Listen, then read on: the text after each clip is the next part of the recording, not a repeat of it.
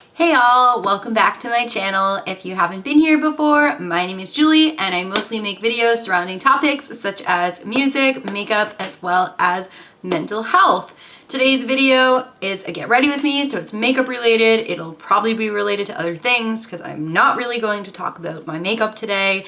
I'm just going to share whatever comes to mind with you all today. Hopefully you can see me okay. I know this isn't ideal. It's raining today. I have my light on the lowest setting.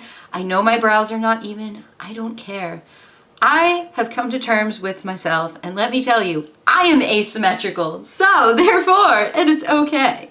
But first, I'm just gonna prime my eyes. I'm gonna do my eyeshadow, and then I'll leave to do my lashes and liner and ish, and come back to do foundation, which is what I usually do. So yeah, how are we doing today? You know, how have things been going? How are we liking my channel so far? I actually feel like I had some friends say they were appreciative of my last video, so that was nice. I would love to talk about identity more. The first thing that's on my mind that has been bothering me a bit, I need a sip of coffee before this, pertains specifically to gatekeeping trauma responses. Oh yeah, so apparently this is the fault of therapists. I'm seeing therapists say this, and you know, wonderful, congratulations if you think this, and I've seen some mental health advocates also say this, and I strongly disagree. So let's talk about this first. There are 4 trauma responses. How do I know? I did not learn a single thing about them in graduate school. No. I learned about them on Instagram. You can laugh. You can say, oh, that's not really a scholarly source. Instagram is so accessible. It is so accessible for learning new things. And I know about fight, flight, freeze, and fawn from Instagram. I always knew about fight and flight. I learned about freeze in my grad program because it's a big thing with like complex trauma. But it can still happen to people otherwise. And so there's this whole thing of like, if you don't have PTSD, you don't have trauma responses, just because you're uncomfortable, like, that doesn't mean you're having a trauma response, so please stop using that. You're invalidating people with PTSD. Okay, I have complex PTSD. I am not the queen of PTSD. I don't get to say what people do. Please know personally, it does not offend me if you use that word. And let me explain further as to why. I have many clients who went through their lives thinking that they were fine, that they had no mental health issues because other people had it worse, and they were expected to just take care of themselves. I am not breaking confidentiality. This is not about a specific client. This is a common theme that I've noticed throughout my life, and now even more as a provider, and I'm like, ew. And you really should see the look on their face when they talk to you about something and you identify, oh, sounds like that was triggering for you. And they might not have PTSD, but I still use that word and I think it applies. And they're like, yeah, oh my gosh, I never knew that was triggering for me, or that was hard for me, or whatever. And heck yeah, it was. So it really brings to light what's going on. So I think the other school of thought with this is, oh, people shouldn't pathologize themselves and leave it, what the friggin' frack is on my face? Anyway, leave it to the professionals. Okay, hi, I'm a professional and I can diagnose under my supervisor's, you know, approval of my notes, of course. I see people without PTSD having trauma responses a lot, and it makes a lot of sense. And I don't think that people are trying to find an excuse so they can get away with bad behavior. I really think people are looking for an explanation to understand why they're engaging in a behavior that they don't want to or that they feel ashamed about. And when I provide psychoeducation and explain it, they're like, oh. And then comes, okay, so what do I do about it? And that's the important piece. That's the most important piece. That's why they're in counseling, to learn new coping skills and everything like that. So it's really eye-opening for my clients. And I don't discriminate. I don't care if I'm treating you for adjustment disorder, which I don't even believe in adjustment disorder. I think that's called, hi, I'm a human being and life is hard.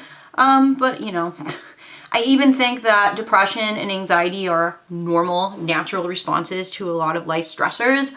I even feel that way about PTSD. I feel like it just makes sense to develop PTSD from a traumatic event, or especially prolonged after so many traumatic events. That just makes sense to me. And so that's how I explain it to clients too. And then that helps to not pathologize them, make them feel like they're sick. It just shows them that they're human and they're having a human response. So I use the word triggered left and right. My former clinician traumatized me because she tried to say, when you go out for a walk in the rain and don't want to, that's just being uncomfortable. Please don't say it's triggering. One, it was because I had an ED. Two, it was because I have sensory issues. Thank you so much. So don't do that to people. And you're not a clinician. Don't tell people what's right from wrong. But also as the clinician, maybe don't like gatekeep those labels so much. That is my personal opinion on that ish. I am not a big fan. So that's the first thing that I wanted to talk about today as I put blue eyeshadow all over my crease.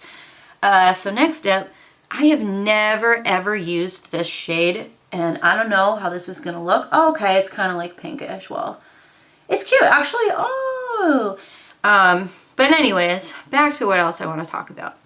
Oh, so my friend is coming over today, and it's kind of cool because I just posted something on my Instagram and was like, I really wish I could have tea with my friend, because I've been reading about polyvagal theory, which I should make a video on if I read about it more and, you know, get to a point where I'm like, I can explain this. It's said that we really do regulate through co-regulation a lot of the time, meaning through social connectedness and people who make us feel engaged, soothed, present, whatnot. That's definitely Amanda. She's definitely one of those friends for me. And so I was like, oh, they said like an example for co-regulation to soothe is to like have tea with a friend. So I just like posted it on my Instagram, and then Amanda's like, hey, we can have tea. And I thought it was super nice. And I want to go back to speaking about being an introvert, which I did in my last video. Today's ruled. I slept so much last night. I had a nice breakfast. I got to work out. And yes, I'm back to working out despite Ed. I haven't really done an update video on Ed related things. People are like, it's triggering. I don't want to hear about it. You know, EDs like that, right? Like they're proud of being a secret and having no one know. So it's okay if you personally cannot hear about it, but it's a problem in general. We got to find like an outlet for people who want to talk about it, because people deserve to talk about whatever they are, going through. But yeah, like I had my own routine. I got to take a shower, like wash my hair, and now I have time to do my makeup because my friend's coming over after dinner for like a few hours. And so that's just nice for me, because if someone was coming over first thing in the morning, I would be really stressed out and my routine would have to change. And so Sundays are really nice for me for self-care.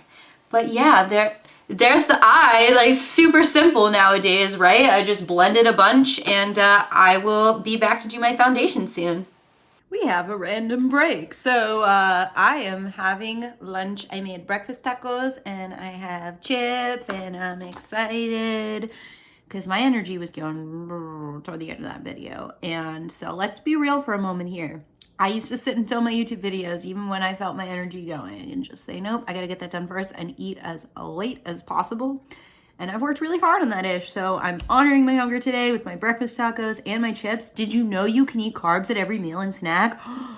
No way. So now you know. The more you know. Hey, I am back. I've been gone for a bit. If you didn't get to see the little video clip inserted in between this, I went and ate lunch for self-care.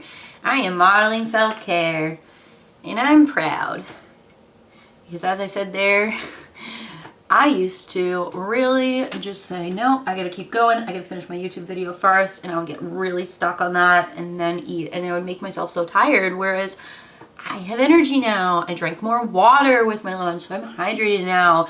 I have a sense of self-mastery because I made my own lunch. It was very simple, albeit I have limited cooking skills, but I am good to go. So yeah, I mean, I think instead of talking about my ED, because everyone's just going to stop watching this video if I talk about it, I actually am going to talk about music a little bit. I personally have not been following new releases all that much, but I did get to listen to the new Spiritbox single. I know I didn't react to it or anything, but you know, I just get tired of doing reaction type videos because I do the analysis part and they never get the watch time that reflects that. And then people are just like, make a TikTok. And it's like, cool, like TikTok is super accessible. It's also very like high energy and like overstimulating for me to watch. I'm at the point where I get so overstimulated. I watch YouTube videos with the sound off with captions on sometimes. Like last night I was trying to watch a med circle video and I had the sound on and there was this clinical psychologist talking and she had like a soothing voice, but it wasn't soothing for me. Like I was like, can you talk faster? Like please, can you get to the point? Like I'm sitting here watching this video and I get really overwhelmed. I really just do not like learning through videos, even though I make educational videos, oddly enough. I'm a little weird about that and just get overwhelmed. So that's where I'm at with all of that. So anyways, I had this like weird intrusive flash that I was going to squirt the foundation directly on my face and get it like all over my eye, in my hair, like, and not in even anxiety way, it's just like making me laugh. Like I don't know why I thought about that at all, but whatever. But anyways, back to music, back to Spiritbox. I plan to review the new Spiritbox album that's coming out in September because that gives me plenty of time to research and understand more about the album and its origins, and then actually give it a substantial review. So I think that would be cool. And the album itself is definitely going to be, you know, mental health focused. I mean, we have Constance, like, come on, you know, that's basically a song about grief when you think about it. Although in my reaction video, it's just like, oh, this is like about old people. And the comments are like, Julia, this is about dementia. Like, come on. And I was like, oh, I didn't get that right away. It didn't click for me right away, but that's okay. So I definitely plan to review that, and album reviews are hard. I mean, they take a lot of scripting and just evaluating your thoughts and feelings, and it can be a lot of work, you know, like it's just so much to do, so little time, and it's hard because I'm working out. I'm still motivated to work on my channel. Like Sundays are my one free day, so I know if I don't film that I will most likely not get anything out for the week, with the exception of if a client cancels or I have time in between clients or something like that and I feel compelled to sit down and film, then I'll go for it. But other than that, like I've been getting questions like, oh, what have you been listening to lately? And honestly, I have not been branching out much. I've just been listening to Water Parks over and over and over because I love Greatest Hits so much, and I'm just like that. I feel like especially with recently discovering like, oh, I could be autistic, now I'm like, ooh, I can have hyperfixations.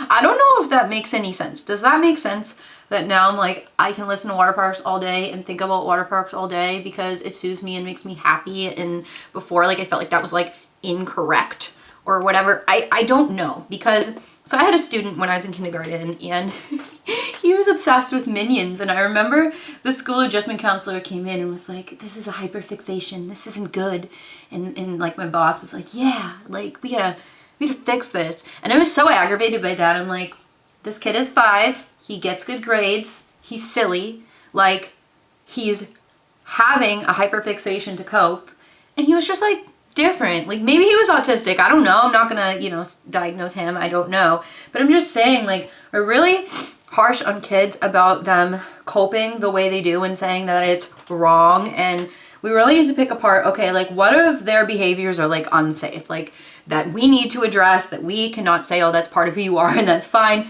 and we have to fix those, instead of like not letting kids stim, or, you know, taking away their fidgets because they are distracting. Well, if fidgets were normalized and we all had them, maybe they wouldn't be. And maybe if they are distracting, like say another kiddo has like noise sensitivity, they can wear headphones. And I personally wear headphones because I have noise sensitivity a lot of the time. So I would have been so hyped to have a fidget when I was in grad school. I never thought to try them. I don't know why. Like it was suggested to me and I was like, eh. And then last year I started using them, and now I really, really, really like fidgets. But I feel like I'm just coming to terms with me, who I am, what I like, what not. Another thing that happens to me with music that's like super frustrating is sometimes I just get down in the dumps. So the day the Spiritbox single came out, I didn't listen to it because I was in a bad mood and I was just depressed. And I knew if I listened to it, I would just be like, and I would not take it in at all. Like, and then I would just be aggravated because Spiritbox is life and Spiritbox is so amazing and empowering and just so good. And I knew I wouldn't have that reaction and that would ruin it for me. So I didn't even listen to it until yesterday when Dave just put it on while he was making breakfast. And I was like, oh, this is the new Spiritbox, isn't it? Okay. Now I have heard it. And it was like, okay, well, this is exciting. So, you know, sometimes you have to really take your time. Like, I could never be an album reviewer and that was all I did. I would get such bad listener's fatigue and I would also get overstimulated. Like, the other day I was so unmotivated and I usually listen to music while I do my makeup in the morning. And I was like, something feels off. Like, what is it? Like, what is going on with me? You know what it was? I had no music on. I think I was just Ron Swanson that morning and just completely needed silence. Like, and that's okay, you know? And I keep saying, and that's okay, because I am working on self-compassion instead of having a butt ton of shame for having things that were, you know, told to me were limitations, because they're not, and I'm cool. All right, we need to do some under eye-ish here. Give me one moment. Hey, it's me and my crooked septum. It's always crooked, and that's okay, because I'm crooked in a good way. I'm going to take this red and put it under my eyeball. I've always said this is a good trick for those of you who are aging like myself, because that way if you have fine lines, you just cover them up with some eyeshadow and then you look more emo and it's a grand old time. And yes, I'm just doing a look that randomly matches my Slipknot hoodie because we know I like to match. And it's fun. So, yeah, I didn't really talk about music too much because I just don't even know. So if you want to leave recommendations like bands that you think I should check out in pop rock, pop punk, or metalcore, I would be down for that. I think that would be really fun. But anywho's, I do want to talk about ED a little bit without getting triggering. You know, it ebbs and flows. It takes years for a lot of people to fully recover. I am partially recovered.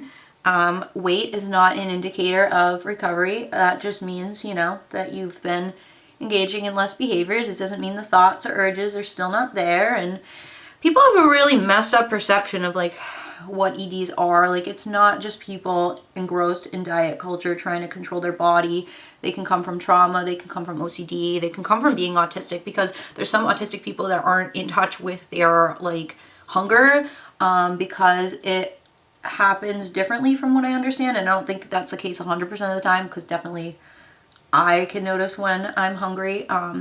But my dietitian and I were talking about that recently. I've been having a hard time with snacks, and that's because prior to my ED diagnosis, I would, you know, compensate and say, oh, I don't need to have a snack because I'm going to have X and Y for dinner. And diet culture says, good, that's normal. That's what you should do. No.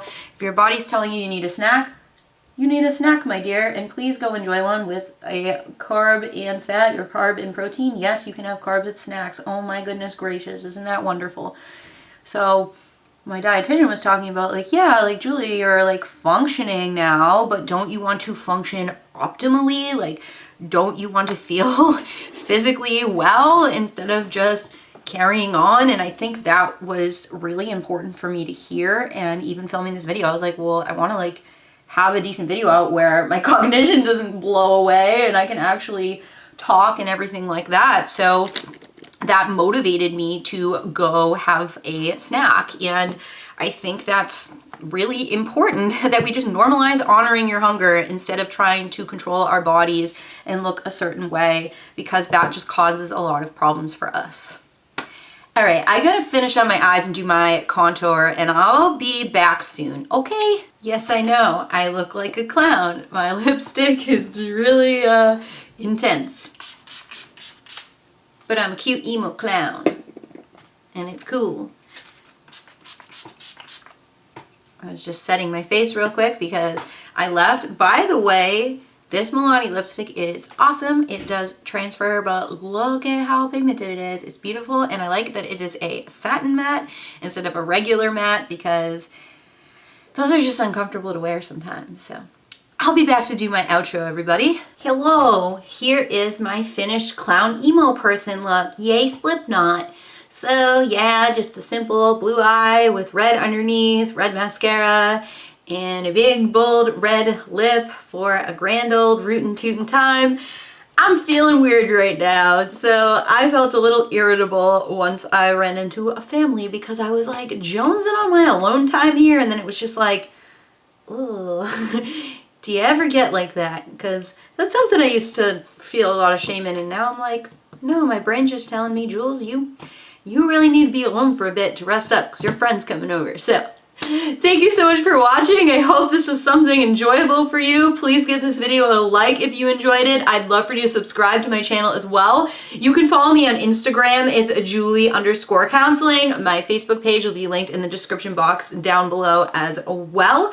And I will catch you on the flip side. Bye all.